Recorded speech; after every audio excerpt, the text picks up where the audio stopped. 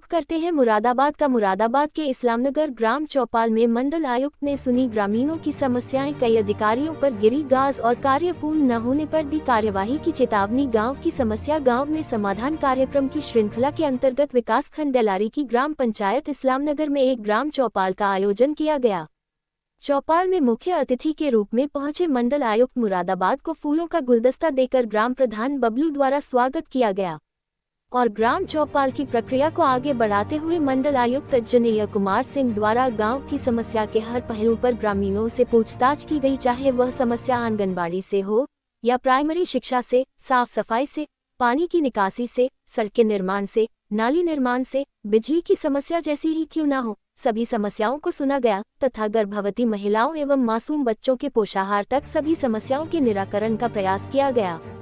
इस कार्यक्रम के दौरान जिस किसी भी अधिकारी या कर्मचारी की गलती मिली उन सबको मंडल आयुक्त की नाराजगी का शिकार होना पड़ा, चाहे वह किसी भी विभाग से क्यों न हो। ग्राम चौपाल की अंतिम कार्यवाही के दौरान मंडल आयुक्त द्वारा ग्राम चौपाल में आई सभी शिकायतों के जल्द से जल्द निस्तारण न करने की दिशा में सभी अधिकारियों व कर्मचारियों पर कार्यवाही की चेतावनी दी गई।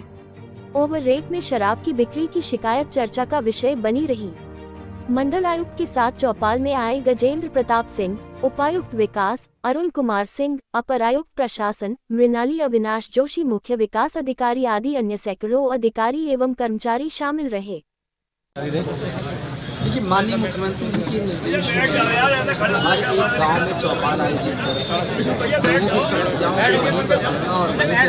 निस्तारण करने का ये उनके द्वारा निर्देशित किया गया।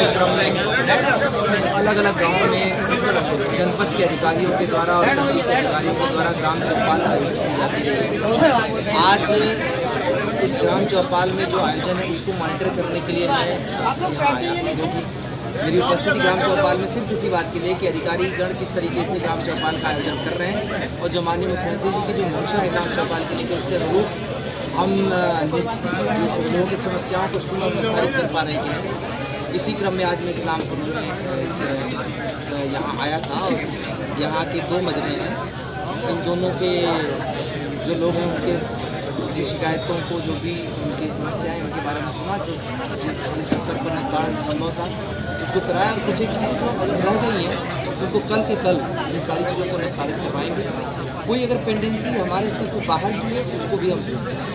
सर, कुछ ग्राम पंचायतों में मनरेगा से जो काम कराए गए हैं पेंडिंग 1 साल पेमेंट हो गया, उनकी पेमेंट नहीं आ रही है, तो सर इसके बारे में क्या कहना चाहेंगे? इन सारी चीज़ों में देखिए, जहाँ मनरेगा की पेमेंट की बात है, कई सारी जगहों पर मनरेगा अभी क्योंकि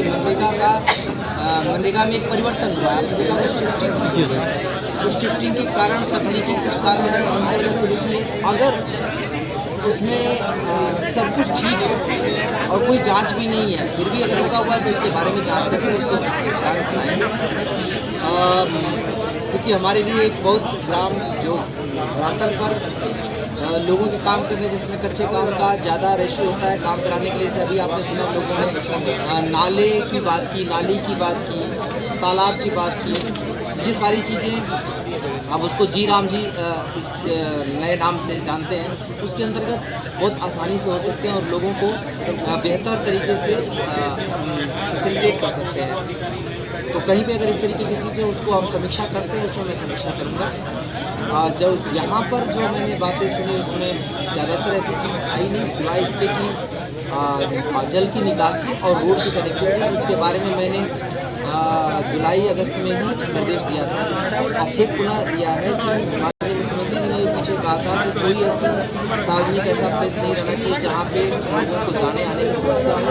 और जल निकासी की व्यवस्था हो, पीने के पानी की व्यवस्था हो। तो उन सारी समस्याओं को हमने नोट किया। सर, एक आखिरी सवाल है कि बहुत सारे गांव में पीवीसी लाइन बिजली की तो पड़ गई है, लेकिन एचटी लाइन उसके साथ साथ लगातार गांव में चल रही है, तो उससे कई बार सर गांव में हादसे भी हुए हैं, उसको लेकर सर क्या कहेंगे? अभी मैंने पीछे भी इसके बारे में आख्या ली थी, इस पर बारी बारी काम चल रहा है कि क्या इसके लिए संसाधनों की जो उपलब्ध संसाधन उससे सबको वो फोकस करने की ज़रूरत होती है, कंसंट्रेट करने की ज़रूरत है। जहाँ जहाँ जैसे ऐसे संसाधन उसको हम तेज़ी से करा रहे हैं। आपने देखा होगा हमारे मंडल में संभवतः हर एक जनपद बहुत कम ऐसे स्कूल बचे हैं जहाँ से हमने एसटी लाइन को ट्रांसफर नहीं करा दिया। ये एक बड़ा अचीवमेंट है। विद्युत विभाग से हमने कोलैबोरेशन करके इसको करवाया इसी तरीके से इस समस्या का